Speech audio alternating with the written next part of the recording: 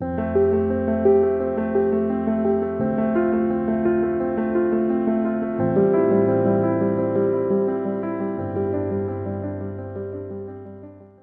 Guys, welcome to the mysterious 369 tarot. How are you guys? कैसे हो आप सभी? आई होप आप सभी बहुत अच्छे होंगे और अपनी लाइफ में आगे बढ़ रहे होंगे। सो गाइस, हाजिर हूँ मैं आप सभी के सामने एक और न्यू रीडिंग लेके। रीडिंग होगी you versus them.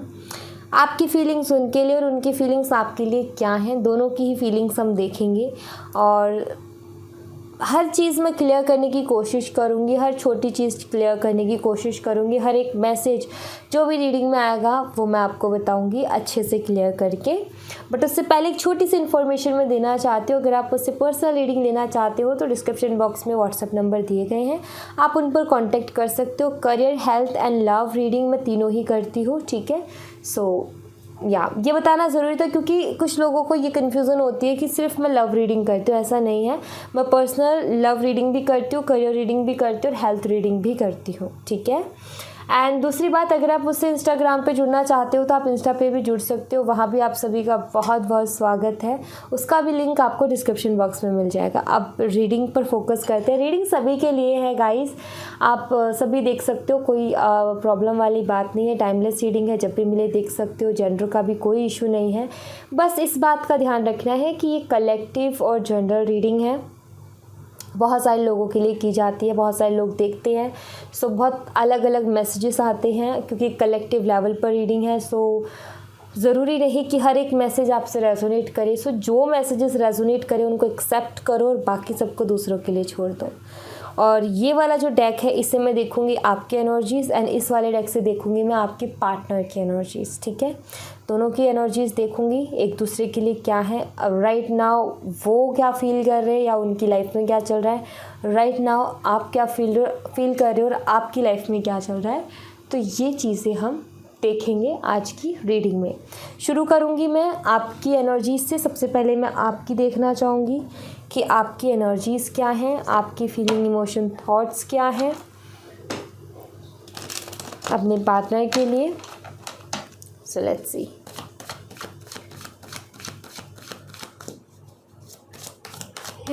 Please universe बताएं जो मेरे व्यूवर्स हैं उनकी एनर्जीज़ क्या हैं।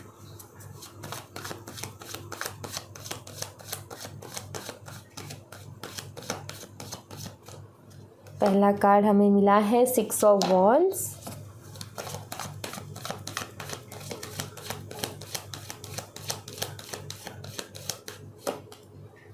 Queen of cups,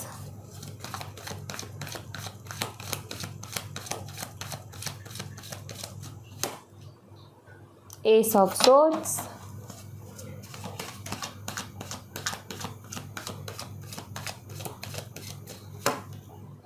seven of wands,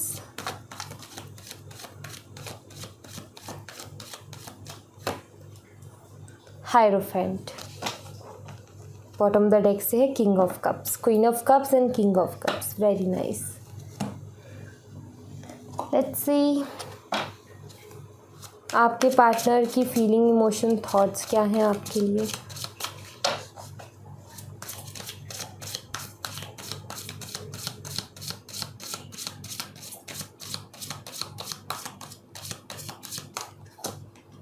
two of pentacles,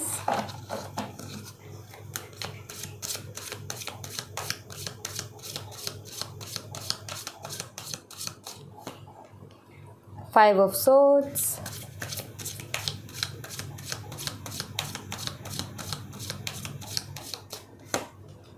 the magician,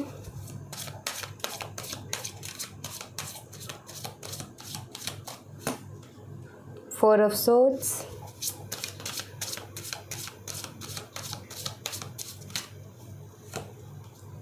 nine of cups. Bottom the deck से है two of cups.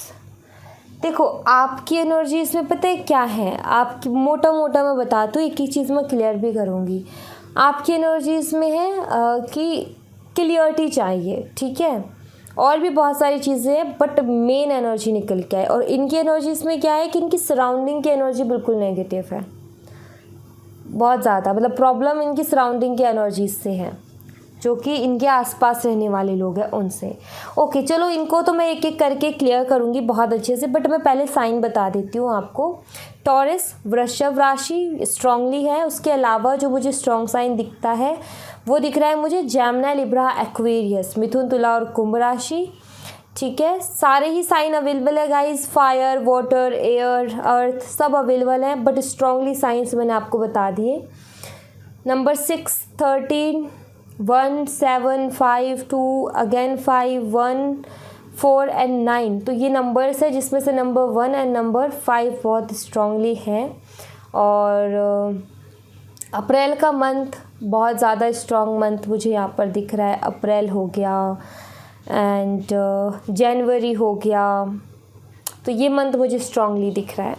Okay, so guys यहाँ पर ना आपकी जो एनर्जीज़ हैं इसमें मुझे क्लियरली एक चीज़ नज़र आ रही है कि आपके लिए मैटर करता है एक रिलेशनशिप में सपोर्ट एंड ट्रू फीलिंग्स।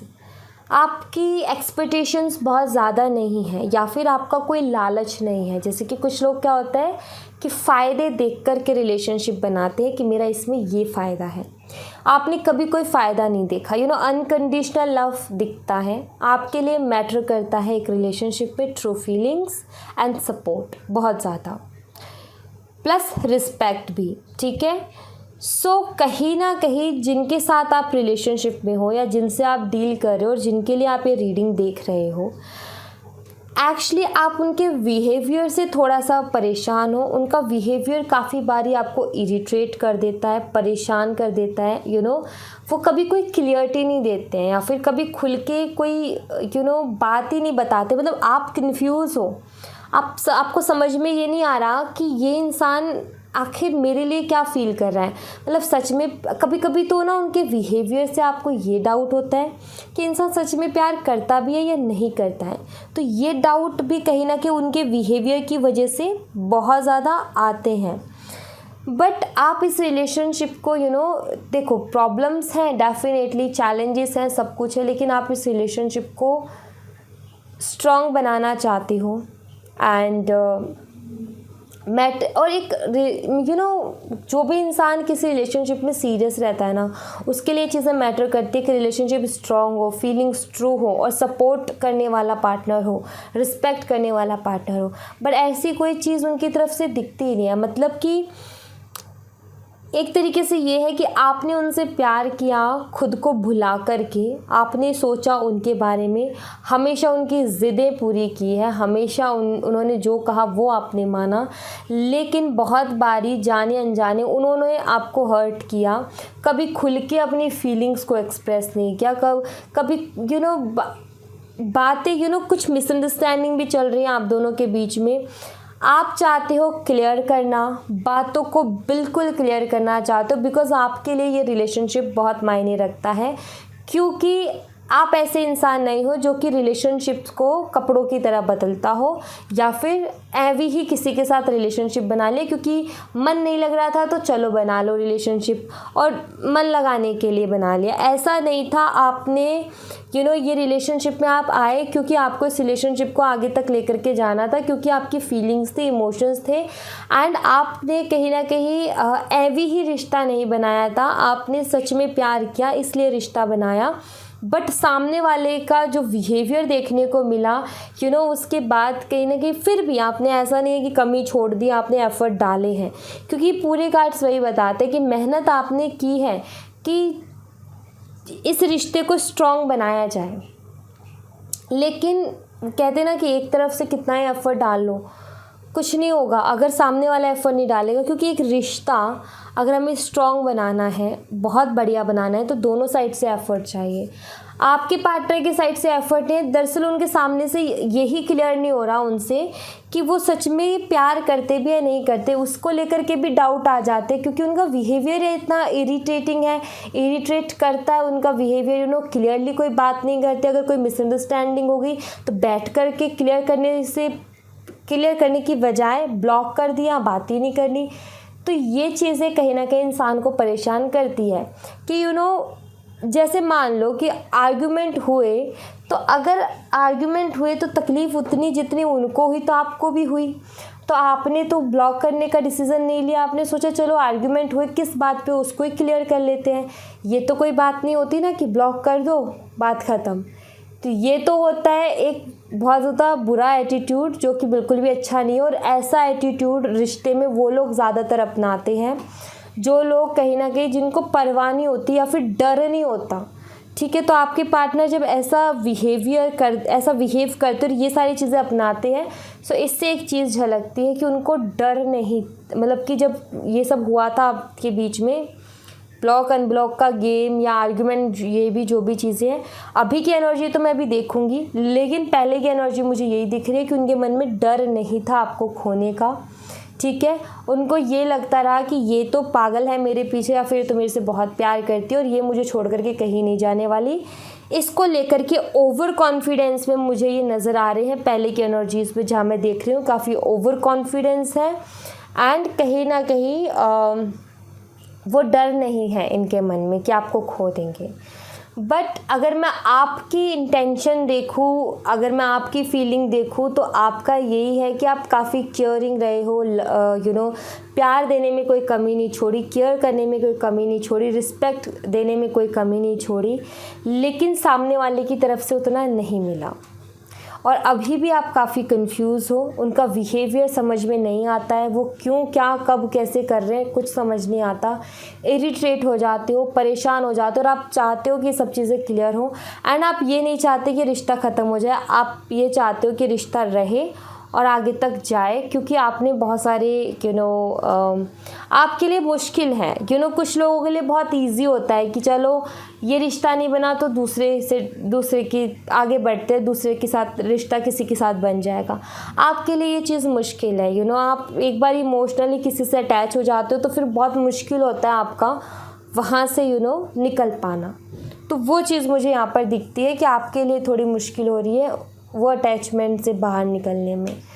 तो आपकी हमेशा पहले भी और अभी भी यही कोशिश है कि चीज़ें ठीक हो जाएं, मिसअंडरस्टैंडिंग क्लियर हो जाए, ताकि रिश्ता आगे बढ़ पाए, स्टक ना रहे। वो कुछ तो बोले, बात तो ठीक से करे, कम से कम बात करेंगे तभी कोई सोल्यूशन निकलेगा। तो सिर्फ आपकी यही है कि एक बार बात कर ले ताकि क्लियर हो जाएं चीज़ें।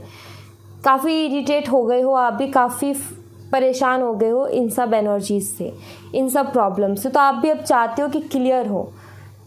और आई थिंक कि आप बस बहुत सारे सवाल हैं मन में जिनका आंसर आप ढूंढते हो रीडिंग्स में, या किसी से कोई आंसर मिल जाए, किसी से कुछ तो मिले, कुछ तो पता चले, इतने हद तक आप परेशान हो। बिकॉज आपके लिए इमोशनल कनेक्शन कोई खेल तमाशा नहीं है, आपके लिए बहुत ज़्यादा इम्पॉर्टेंट है, आपकी लाइफ में बहुत मायने रखती हैं ये चीज़ें। सो इसलिए कहीं ना कहीं आप उस चीज़ के लिए बहुत ज़्यादा सीरियस हो एंड वही सारे क्वेश्चंस दिमाग में रहते हैं। थोड़ी सी हैवी एनर्जी मुझे आपकी दिख रही है कि आप टेंशन बहुत ज़्यादा लेते हो, चिंता बहुत करते हो आप। और जो लोग बहुत ज़्यादा केयर करते हैं ना दूसरों की, उन लोगों में प्रॉब्लम होती है कि उनको टेंशन बड़ी जल्दी हो जाती है, क्योंकि वही लोग बहुत ज़्यादा केयर करते हैं जिनको रिश्तों की अहमियत का पता होता है, कि रिश्ते कितने इम्पॉर्टेंट होते हैं ज़िंदगी में, वही लोग सबसे ज़्यादा केयर करते हैं। तो वो चीज़, वो क्वालिटी मुझे आपके अंदर दिखती है कि जो लोग आपसे जुड़ जाएं एक बार, आप उनकी केयर करने में कभी कमी नहीं छोड़ते हो। अपने लिए टाइम नहीं मिल रहा, कोई बात नहीं, खुद की हेल्थ इश्यूज़ चल रहे हैं, कोई बात नहीं, लेकिन दूसरे का करना है क्योंकि उससे मेरा कोई ना कोई रिश्ता है। सो मुझे यहाँ पर ऐसा दिखता है कि आप बहुत ही बढ़िया कुछ डिज़र्व करते हो अपनी ज़िंदगी में, बट अब इमोशनल कनेक्शन है, वो किसी और के साथ बैठ गया तो वो बैठ गया, उसको तो नहीं हम वो कर सकते। बट जो मैं फ़ील करती हूँ इस एनर्जी को देख के, वो ये फ़ील करती हूँ कि आप बहुत बेहतरीन चीज़ डिज़र्व करते हो, क्योंकि आप हीरा हो तो आप डिज़र्व भी हीरा ही करते हो, ठीक है। सोना या चांदी जो है वो आपकी उसमें नहीं है, क्योंकि इंसान को हीरा उसके गुण बनाते हैं। मैं भारी जो सुंदरता है उस पर नहीं बोलूँगी बिल्कुल भी। दिल इंसान का अच्छा होना चाहिए, अगर दिल अच्छा है, उसके गुण अच्छे हैं, तो वो अनमोल होता है, क्योंकि आज के टाइम में ऐसा इंसान मिलता नहीं है। और जो ऑनेस्टी है आपके अंदर, जो केयर वाली एक क्वालिटी है, उसको हमेशा बनाए रखना। एंड कोई ये दुनिया देखे ना देखे, लेकिन वो ऊपर वाला ज़रूर देखता है, और आपको आपकी लाइफ में वो ज़रूर मिलेगा जो कि सबसे बेहतरीन है और आपके लिए कुछ खास ईश्वर ने सोचा होगा। क्योंकि जो लोग दिल के अच्छे होते हैं ना, आई नो उनकी ज़िंदगी में स्ट्रगल बहुत होता है, लेकिन सारे स्ट्रगल एक बारी में उसका पे कर देते हैं ईश्वर। सो डोंट वरी, ठीक है। बस अपना दिल हमेशा ऐसे ही रखो जैसा है, बिल्कुल साफ। ओके। सो अब मैं बात करूँ अगर आपके पार्टनर की एनर्जीज़ की, तो यहाँ पर एक चीज़ दिखती है कि आपके पार्टनर ओवर थिंक करते हुए तो मुझे दिख रहे हैं, प्लस सराउंडिंग की एनर्जीज़ भी। देखो, जो कुछ इन्होंने आपके साथ कर रहे हैं या किया है ना, ये खुद से नहीं कर रहे हैं, एक्चुअली किन्हीं औरों की बातों में आ रहे हैं। कोई तीसरे पर्सन की एनर्जी मुझे यहाँ पर दिखती है, किसी तीसरे पर्सन की वजह से मुझे चीज़ें ख़राब होते हुए दिखती है इस रिलेशनशिप पे। ऐसा लगता है जैसे कि कोई है जो कि आप दोनों के रिश्ते के बीच में है और काफ़ी ज़्यादा माइंड गेम्स खेले जाते हैं, या फिर आपके पार्टनर का कान भरे जाते हैं, तो वो चीज़ दिखती है। राइट नाउ आपके जो पार्टनर है, अगर मैं उनकी एनर्जीज़ देखूँ तो अभी थोड़े से मुझे कंफ्यूज नज़र आ रहे हैं। बिकॉज़ आई फील कि जब आपके साथ रिलेशनशिप में आए थे तो इन्होंने काफ़ी वादे किए थे, बहुत ज़्यादा प्रॉमिसेस, एंड कुछ शायद खुद से कमिटमेंट वैसे वाली नहीं, बट खुद से कुछ कमिटमेंट्स की थी कि रिश्ते को निभाएंगे, लॉन्ग टर्म लेके जाएंगे, बीच में कभी साथ नहीं छोड़ेंगे। एंड बहुत सारी ऐसी बातें कही होंगी कि बहुत प्यार करता हूँ, कभी साथ नहीं छोड़ूंगा, ये सारी चीज़ें।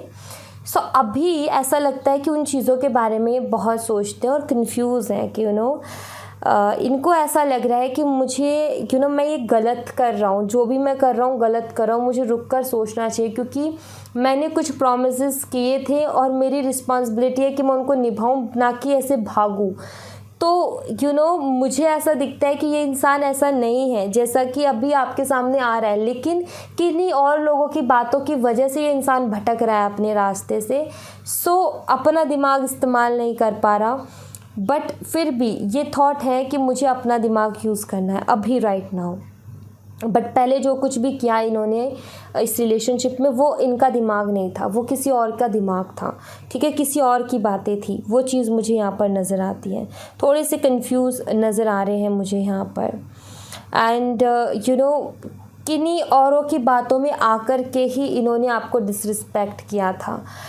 अभी नाउ थोड़े से परेशान भी है कि इन्होंने प्रॉमिसेस कुछ और किए थे और अभी ये कुछ और कर रहे हैं, और कितना आपको हर्ट किया, कितना आपको जो है रिस्पेक्ट भी नहीं दी, ना कोई केयर की। मतलब कि जैसे मैं बोल रही थी ना कि मिसअंडरस्टैंडिंग हुई है तो इंसान को बैठ करके बात करके क्लियर करनी चाहिए। ब्लॉक मार के जाने की क्या ज़रूरत है, या फिर बिल्कुल बात बंद करने की क्या ज़रूरत है। सो वही चीज़ सेम ये अब रियलाइज़ कर रहे हैं कि यार इतना तो बड़ा मुझे कदम नहीं उठाना चाहिए था, ये एक नॉर्मल सी बात है, आर्ग्यूमेंट तो हर किसी के बीच में हो जाते, तो हमें क्लियर करनी चाहिए थी ना बात को। और अगर किसी और की बात सुनी है, मिसअंडरस्टैंडिंग भी है, तो उसको भी क्लियर करना चाहिए ना, ऐसे थोड़ी भागा जाता है। तो ये चीज़ कहीं ना कहीं अब ये ऑब्ज़र्व कर रहे हैं, इन चीज़ों को कहीं ना कहीं ये जो है अब समझ रहे हैं कि मैंने गलती की है, मैंने रिस्पेक्टफुल्ली बात नहीं की। अगर मिसअंडरस्टैंडिंग थी, क्योंकि रियलिटी तो वो भी नहीं है ना जो मैंने सुना है, या फिर जो मैंने जो भी मैंने सुना या समझा है, जो इंसान के साथ हुआ है, मतलब जिसके लिए मिसअंडरस्टैंडिंग है, उससे बेहतर और कौन जानता होगा कि क्या सच्चाई और क्या गलत है। तो जब मेरे पास प्रूफ ही नहीं है किसी चीज़ का, तो मैंने ये रिएक्ट क्यों किया, इस तरीके से रिएक्शन क्यों किया। तो ये चीज़ कहीं ना कहीं ऑब्जर्व कर रहे हैं, एंड थोड़ी सी सोचने समझने की, वो कहते हैं ना, वो आई है इनके अंदर कि थोड़ा सा सोचना समझना। एंड एक चीज़ दिखता है कि ये चीज़ों को ठीक भी करना चाहते हैं, यहाँ पर मुझे इनकी एनर्जी में वो दिखता है। ऐसा नहीं है कि ये किसी ईगो में, ईगो नहीं नज़र आ रहा मुझे यहाँ पर, अभी तो नहीं नज़र आ रहा बिल्कुल भी, क्योंकि अभी ये इंसान डिस्टर्ब है अपने ही डिसीज़न से कि मैंने ये क्या डिसीज़न ले लिया, मुझे नहीं लेना चाहिए था, क्योंकि ये समझदारी वाली बात है ही नहीं। हमें क्लियर करना चाहिए था, ना कि बात बंद करनी चाहिए थी। तो यहाँ पर ना आपके पार्टनर की एनर्जीज़ में जो मुझे दिख रहा है वो ये दिख रहा है कि अब ये चीज़ों को ठीक करना चाहते हैं, क्रेव कर रहे हैं, आपके पास आना चाहते हैं, बिकॉज़ आप इनकी विश फुलफिलमेंट हो। इनकी हमेशा से ये चीज़ रही है कि आप इन्हें बहुत पसंद हो, आपसे बहुत प्यार करते हैं, आपकी तरफ बहुत ज़्यादा अट्रैक्टिव हैं, बट अट्रैक्टिव हैं, ठीक है। बट कहीं ना कहीं इन्होंने यहाँ पर गलती कर दी, तो कहीं ये नहीं चाहते कि आपसे दूर जाएं, ठीक है, बिल्कुल भी इस चीज़ को नहीं चाहते हैं। एक इमोशनल कनेक्शन आपके साथ इनको फील होता है, क्योंकि 9 of cups and 4 of swords का कार्ड यही बताता है कि जब भी इन्होंने इन सब चीज़ों को रियलाइज़ किया, सो कहीं ना कहीं इनको ये भी रियलाइज़ हुआ कि आप इम्पॉर्टेंट हो इनकी लाइफ में, क्योंकि आपके साथ एक इमोशनल बॉन्ड है और अभी आपके साथ उतना टाइम नहीं बिता रहे हैं, एंड अब ये आपके साथ उतना टाइम बिताना चाहते हैं, क्योंकि अब इनको याद आ रही है आपकी बहुत ज़्यादा। अब इनको जो है मन करता है आपके साथ टाइम स्पेंड करने का, आपके बिना नहीं रहा जा रहा। क्रेविंग वाली एनर्जी मुझे यहाँ पर दिखती है। सो चेंजेस हैं गाइस, एंड बहुत जल्दी मुझे ऐसा लगता है कि आप दोनों के बीच की मिसअंडरस्टैंडिंग क्लियर हो जाएगी, बिकॉज़ यहाँ पर आपके पार्टनर जो है चीज़ों को समझ रहे हैं। जो चीज़ इनको समझ में नहीं आ रही थी, अब कहीं ना कहीं उन चीज़ों को समझ रहे हैं, ऑब्ज़र्व कर रहे हैं, एंड इनको समझ में आ रहा है कि आप कितने इम्पॉर्टेंट हो इनकी लाइफ में। बिकॉज़ एक इमोशनल सपोर्ट हम सबकी ज़िंदगी में बहुत ज़रूरी है और बहुत इम्पॉर्टेंट है कि कोई इमोशनली सपोर्ट करने वाला हो हमें। एंड इनकी ज़िंदगी में सिर्फ इकलौते आप थे जिन्होंने इनको इमोशनली सपोर्ट किया था, एंड कहीं ना कहीं आज इस वक्त आपकी याद इनको बहुत ज़्यादा आ रही है, एंड इनको रियलाइज़ भी हो रहा है कि इन्होंने गलती की है और इस रियलाइजेशन को सुधारना भी चाहते हैं। रिकन्सिलेशन के बारे में भी ये सोच रहे हैं, ऐसा मुझे यहाँ पर दिख रहा है, बट अभी एक्शन नज़र नहीं आ रहा, सिर्फ सोच रहे हैं। तो बहुत जल्दी एक्शन भी आ जाएगा गाइस, ठीक है, देख लेंगे हम एक्शन भी इनका। देखो बॉटम ऑफ द डेक से देखो 2 ऑफ कप्स की एनर्जी है, यहाँ पर किंग ऑफ कप्स की एनर्जी है। 2 से 3 महीने के अंदर मुझे दिखता है कि इनका एक्शन आपके सामने आ जाएगा। 2 से 3 महीने, ठीक है, 2 से 3 महीने का टाइम है, ओके। तो ये मान करके चलो, यानी कि अभी सितंबर चल रहा है ना, अक्टूबर, नवंबर, दिसंबर तक तो दिख रहा है रिकन्सिलेशन की पॉसिबिलिटीज़। अब ये दिमाग में ये चीज़ हमेशा आती है ना कि जब इतनी एनर्जी हाई है तो फिर ये 2 से 3 महीने भी क्यों लग रहे हैं। 2 से 3 महीने लगते हैं खुद को समझाने में। क्या होता है कि एकदम से रिएक्शन नहीं होता है, हमारी बहुत सारी चीज़ें आ जाती हैं, हमारा ईगो अड़ जाता है, एंड बहुत सारी चीज़ें हमें हर चीज़ को इग्नोर करते हुए क्या होता है, बहुत तक बात यहाँ तक आ जाती है कि मैसेज जो है उसको टाइप कर लिया, लेकिन अचानक से ऐसा कुछ माइंड में आया कि वो मैसेज हटा करके बंद करके रख दिया कि नहीं करना। जस्ट कितना था कि एक क्लिक पर वो सेंड हो जाता मैसेज सामने वाले को, लेकिन नहीं किया। क्यों? अचानक से मूड बदल गया।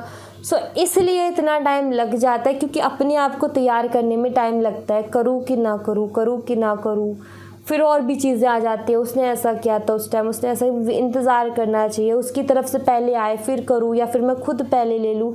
तो ये सारी उलझनों में इतना टाइम लग जाता है खुद को प्रिपेयर करने में कि मुझे किस तरीके से बात करनी है। एंड थोड़ा सा अजीब सा इंसान फील करता है जब एक ब्रेक, देखो बात हो रही है, ब्रेक लगा और फिर से बात शुरू होने में थोड़ा टाइम लग जाता है। क्यों? क्योंकि वो जो ब्रेक हुआ था ना उस टाइम पे कहीं ना कहीं फिर से शुरू करने में थोड़ा अजीब सा और थोड़ी नर्वसनेस आती है, तो इसलिए ये टाइम लग जाता है, ठीक है। तो डोंट वरी गाइस, चिंता मत करो। मैं तो बस आपसे यही बोलूँगी कि चिंता करने से कुछ नहीं होगा। चिंता जो है सबसे ख़तरनाक चीज़ होती है ज़िंदगी की। टेंशन कुछ भी नहीं छोड़ती है। सो टेंशन नहीं लेनी है आपने, बस खुश रहना है, हैप्पी रहना है, मस्त रहना है अपनी ज़िंदगी में। एंड एक चीज़ मैं आपको बताऊं कि 2 से 3 महीने आप अपने ऊपर फोकस कर लो। बहुत कर ली दूसरों की केयर, बहुत दे लिया दूसरों पे ध्यान, थोड़ा सा ध्यान खुद पर दे लो, सेल्फ लव कर लो, थोड़ा अपना होश संभाल लो, थोड़ा अपने आप को निखार लो, थोड़ा अपने ऊपर फोकस कर लो, अपने आप को पैम्पर करो, थोड़ा मी टाइम दो, ठीक है। दूसरों को केयर करना आपको बहुत अच्छे से आता है, बट आप कहीं ना कहीं खुद की केयर भूल गए हो। तो बाकी गाइडेंस एक साइड है, मेन गाइडेंस तो यही है कि आप खुद के ऊपर फोकस करो, खुद के ऊपर ध्यान दो। दे लिया दूसरे के ऊपर जितना देना था, अब वो रख सकते हैं, बड़े हो गए हैं सब, अब आपको अपने ऊपर ध्यान देना है, ठीक है। उनको केयर करते करते कहीं ना कहीं आप अपने आप को भूल गए, जिससे आपने बहुत अपना खुद का नुकसान कर लिया। आपने जहाँ तक पता है, मुझे ये एनर्जी बड़ी प्यारी लग रही है आपकी, ऐसा लगता है जैसे कि आपने कभी कोई ईगो की नहीं सोची, कभी कोई एटीट्यूड की नहीं सोची। मतलब आपका यही है कि आपने हर किसी को एक्सेप्ट किया है और अपनी तरफ से सिर्फ प्यार दिया है, और सब लोगों ने क्या किया, लास्ट में आपको हर्ट कर के गए हैं कि जितना प्यार दिया वो ले लिया उन्होंने, और फिर वो हज़म नहीं हुआ और फिर आपको हर्ट कर दिया। तो यहाँ पर अब मैं कह रही हूँ कि वक्त है अपने ऊपर ध्यान देने का। बहुत कर लिया दूसरों से प्यार, ठीक है, जितना करना था कर चुके, अब अपने ऊपर फोकस करो थोड़ा सा, क्योंकि अति हर चीज़ की बेकार होती है, चाहे वो अच्छे की हो या बुरे की हो, अति नहीं होनी चाहिए। सबकी केयर करने में इतने खो गए कि खुद को भूल गए, फिर लोगों ने भी आपको फॉर ग्रांटेड लेना शुरू कर दिया। ऐसा नहीं करना, केयर करो, उन लोगों की करो जो डिज़र्व करते हैं, जो डिज़र्व नहीं करते उनकी केयर का कोई फ़ायदा नहीं है, ठीक है। समझो इस बात को कि कौन डिज़र्व करता है आपके प्यार को, आपकी केयर को, आपकी रिस्पेक्ट को, और सिर्फ उन्हीं को करो, ठीक है। सो या thank you so much guys, ये थी आप लोगों के लिए एक छोटी सी रीडिंग। आई होप आपसे रेजोनेट की हो, आई होप आपको पसंद आई हो। रेजोनेट की हो तो मुझे बताइएगा ज़रूर कमेंट बॉक्स में। पसंद आई हो तो लाइक ज़रूर कीजिएगा, चैनल को सब्सक्राइब करना मत भूलिएगा। मिलती हूँ मैं आपसे नेक्स्ट रीडिंग में, तब तक अपना ख्याल रखें। Bye bye, take care, see you again.